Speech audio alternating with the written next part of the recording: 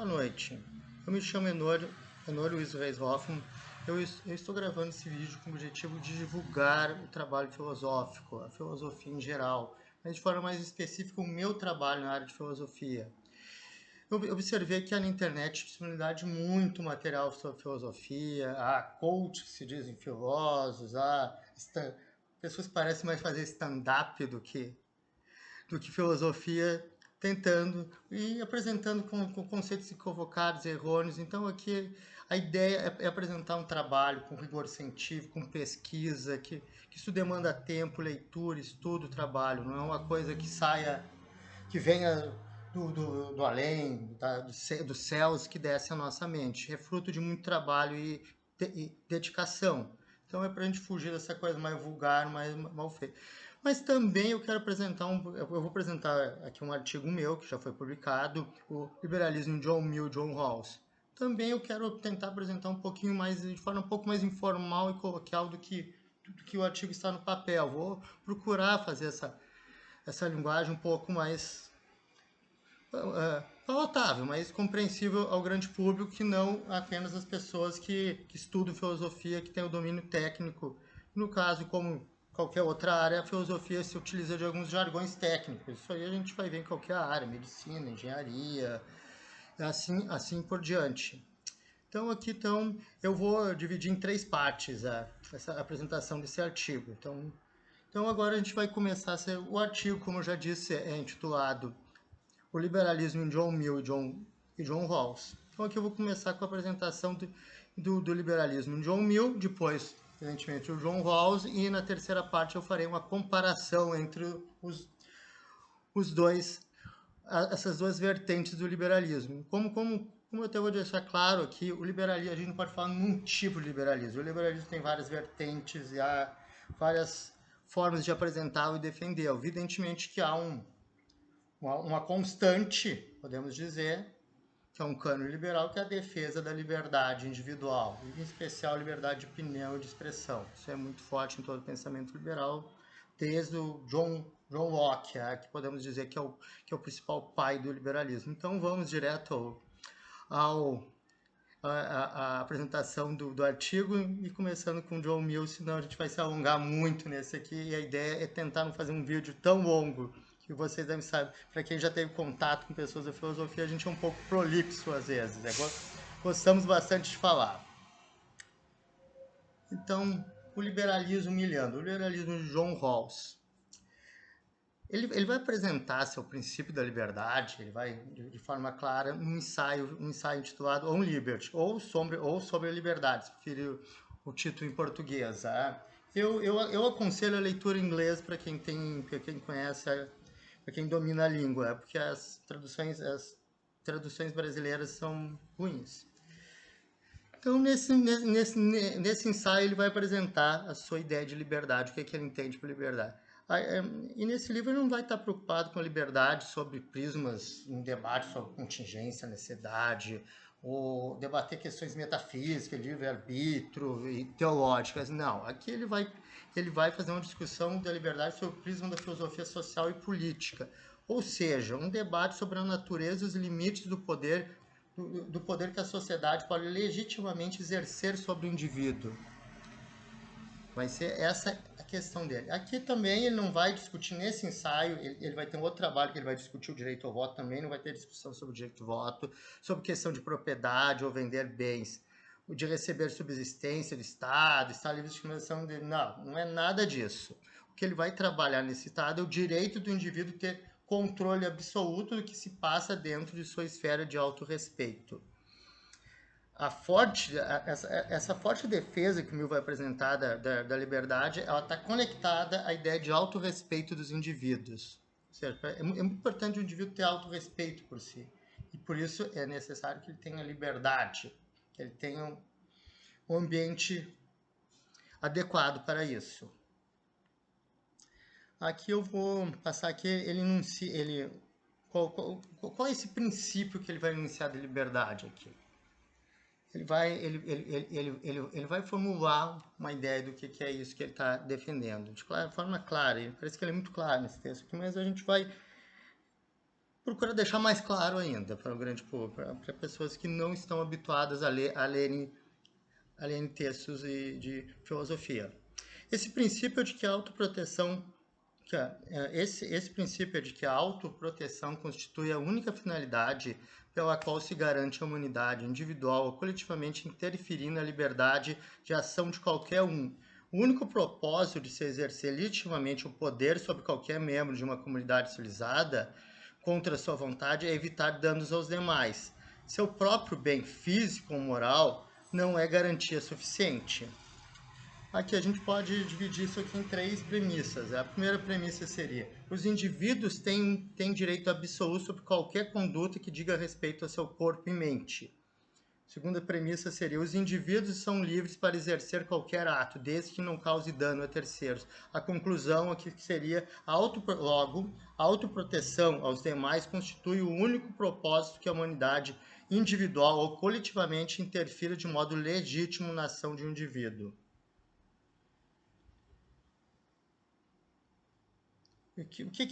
Isso implica que o poder estatal não possui legitimidade para interferir na liberdade individual, nem sob a alegação de proteger uma pessoa de si mesma.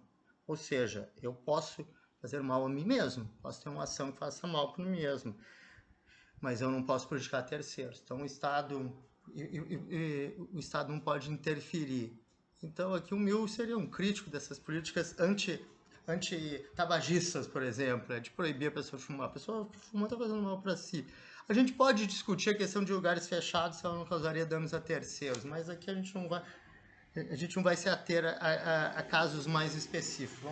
Eu vou apresentar essa ideia de forma ideal dele, teórica. Proteger assim, aqui é importante que é uma ressalva sobre essa alegação de proteger a si mesmo. Claro, esse princípio vai se aplicar apenas aos seres humanos que atingiram a maturidade de suas faculdades. Portanto, crianças, adolescentes, pessoas que sofrem de distúrbios mentais, isto é, aqueles que não gostam de suas capacidades mínimas, mesmo que numa situação momentânea, devem ser protegidos de seus próprios atos. O princípio de liberdade miliano, ele não é justificado pelo direito abstrato, como outros autores liberais, como John Locke, cara. A justificativa dele se encontra na utilidade. Ele é um utilitarista, o John Mill, como utilitarista, ele vai buscar justificar porque a liberdade é importante a partir da utilidade. Mas ele não vai falar ele vai falar da utilidade como apelo máximo em todas as questões éticas, mas a utilidade no seu sentido, no seu mais largo sentido. A utilidade baseada nos interesses permanentes do homem como ser progressivo. Aqui a gente tem que entender que o princípio de liberdade é adicionado ao utilitarismo como uma importante ferramenta para a promoção do bem-estar social a longo prazo. Então, para ele, a questão da liberdade ela é importante tanto de forma do desenvolvimento do indivíduo como ele como um ente social também. Não somente como um ser único, isolado, não. É como um ser cooperativo, um ser social, um ser que vive em comunidade. Ele não vai propor a liberdade como um princípio basilar, mas como um instrumento útil para maximizar o bem-estar social.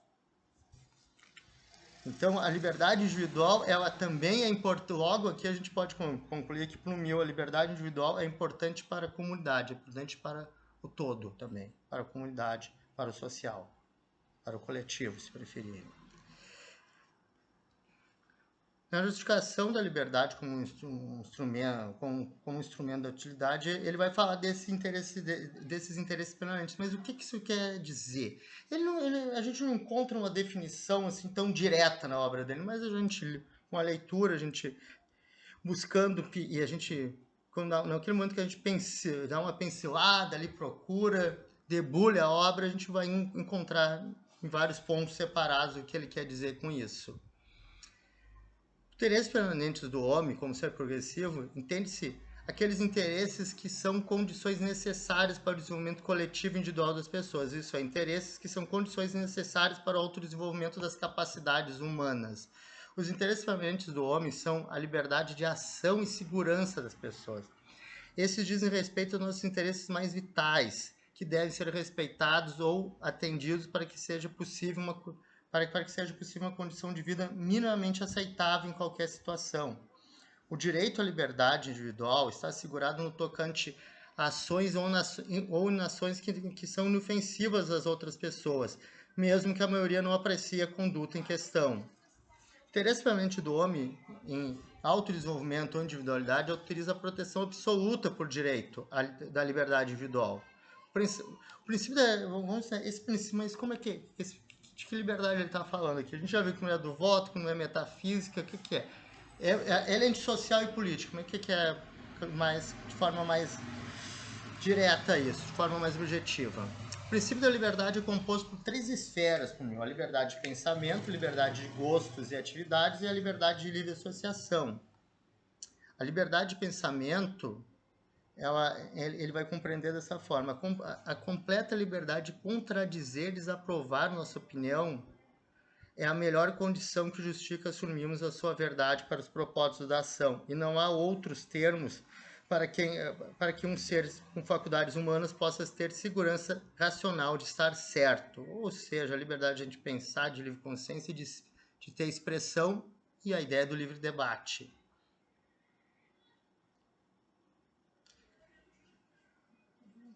Que, no caso, ali ele vai entender que isso contribui de forma decisiva. E a história mostra para os avanços da humanidade. Isso é graças ao livre debate, uma opinião dissidente, que a gente pode se comprovar, que pode vir a se provar se verdadeira, ou uma opinião pode se provar verdadeira, ou pelo menos parcialmente verdadeira, representando uma correção da opinião da maioria. A gente pode dizer que isso contribui para o avanço de várias áreas, principalmente da ciência até. Mas mesmo em questões morais também, em questões de política, questões... Então, esse debate é importantíssimo. Isso pode mudar a opinião da maioria, pode corrigir a opinião da maioria. Então, é importante que mesmo que não seja uma opinião popular naquele momento, que a pessoa tem direito de expressar, ela tem o seu direito de expressar a sua opinião e se estabelecer um debate dentro da comunidade, dentro da sociedade. Mas aqui a gente tem que entender, ninguém pretende que as ações devam ser tão livres quanto as opiniões. Uma coisa é a gente falar, outra coisa é a gente agir. Então parece que falar é mais livre do que a ação tem que ser um pouco mais limitada. Mas nem as opiniões estão 100% imunes a sanções em certas circunstâncias. Não se deve incentivar que se expressem opiniões que possam instigar algum ato danoso a terceiros. Logo, devemos limitar a liberdade individual no que concerne opiniões que podem gerar danos a terceiros. Contudo, é desejado que nas coisas que não dizem respeito primeiramente aos outros, faça-se valer a individualidade.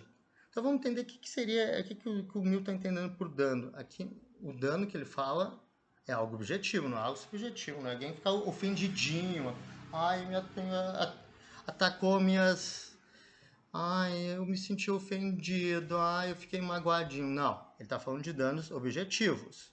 Isso que deve ser restringido pelo poder estatal. Não é assim, eu fui chamado de gordo, estou ofendidinho. Não é esse tipo de coisa que a gente vê ocorrer hoje bastante as pessoas ir processarem qualquer coisa. Não, isso aqui está dentro da opinião, está dentro... E a liberdade de opinião é a liberdade de ofender também. Aí quem vai se ofender ou não é outra coisa, mas então aqui é dano objetivo, é um dano claro, não é um dano subjetivo. Fique claro isso. Mas então, que circunstâncias a gente deve limitar essa liberdade? O Mill aqui ele nos apresenta um exemplo aqui, vou passar esse exemplo. A opinião de que os comerciantes cereais causam a fome dos pobres, ou de que a propriedade privada é um roubo, deve ser deixadas em paz quando circulam apenas para a imprensa, mas podem incorrer em justa punição se proferidas oralmente diante de uma turba exaltada, reunida em frente da casa do comerciante de cereais ou se propagadas entre a mesma turba sob a forma de cartazes. Então, esse aqui seria o momento de limitar, se ela tem um perigo real e iminente. Somente nesse momento a gente pode restringir a opinião, a liberdade de opinião. Então vamos falar um pouquinho sobre a liberdade de gostos e atividades.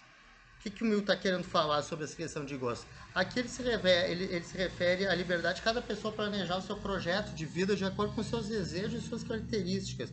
Ou seja, a liberdade de escolher a religião que quiser, a carreira que ele prouver, tendo como juiz a própria consciência. Ou seja, as pessoas individualmente tomaram as suas decisões sobre o que é melhor para elas, se ela deve ter uma religião ou não, e qual religião seria essa, que a carreira ela vai seguir.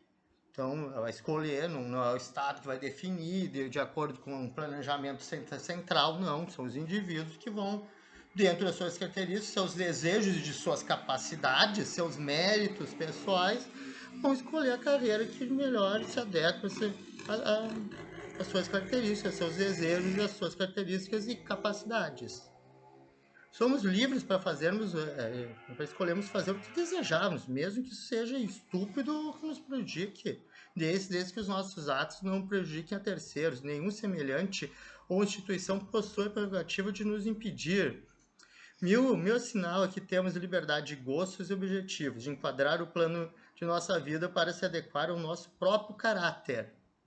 De fazer o que quisermos sujeitos às consequências, mas a gente tem que assumir as consequências dos nossos atos. Então, a gente tem a liberdade de fazer as nossas escolhas, mas também a gente vai assumir as consequências, a gente não vai culpar o Estado, o pai, a mãe, o tio, o patrão, o governo, sei lá, o papa, o bispo, sei lá, quem, pastor, quem é que seja, não. A gente tem que assumir as consequências dela, que as escolhas são nossas e a gente tem que assumir as consequências. Se for uma escolha estúpida, a gente tem que ter a dignidade de assumir que errou e pedir desculpa às vezes. É bom pedir desculpa às vezes, quando a gente erra, ou até quando, mesmo aqui, quando a gente faz algo errado, é sempre bom pedir desculpa às vezes. É vedado ao poder estatal impor as crenças da maioria sobre a melhor forma de viver a minoria, ou seja, cada um escolhe a sua melhor forma de viver. Aqui o terceiro ponto, a liberdade de livre associação. Aqui o Mil está falando das medidas sociais para qualquer propósito de empreendimento.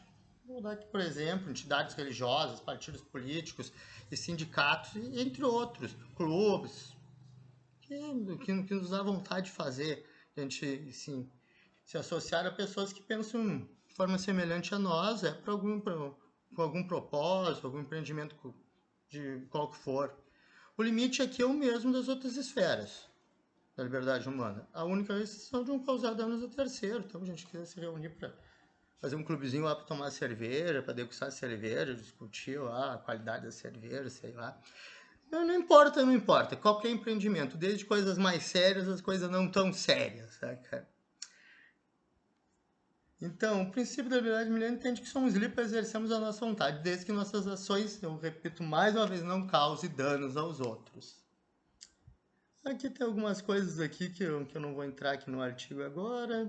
Eu vou apresentar depois um artigo sobre após a apresentação dessa sobre a questão da justiça distributiva. Então a gente vai trabalhar algumas coisas de liberdade econômica que eu acho que é interessante. Aqui não vem o caso nesse momento a nós aqui. Então aqui, gente, uma sociedade que força seus membros a abraçarem costumes ou convenções está sujeita a cair num conformismo, privando-se da energia da energia e da vitalidade que promove o progresso social. Ou seja, a liberdade de gosto, a liberdade de expressão, de se associar, ela contribui para o progresso social, não só social, como científico, como eu já frisei antes. As razões expressas aqui, a gente tem que entender que as razões expressas por Mill defender os efeitos benéficos da verdade são totalmente plausíveis, cara. Eu como liberal, como Mill, não posso deixar de advogar por uma teoria que possibilita a pluralidade de concepções de bem. O que é essa pluralidade? É aquela liberdade de gosto, é a liberdade de a gente escolher o que é melhor para nós, a nossa concepção do que é o bem. Então há uma pluralidade, a gente não há um único bem. Há várias formas, vamos dizer, de sermos felizes e de termos uma vida que a gente diga, é uma boa vida, que a gente chegue lá no nosso leito de morte e diga, eu me realizei, eu vivi bem. Então, aqui eu encerro a primeira parte, agora o próximo vídeo será sobre o liberalismo gaussiano. Obrigado pela atenção.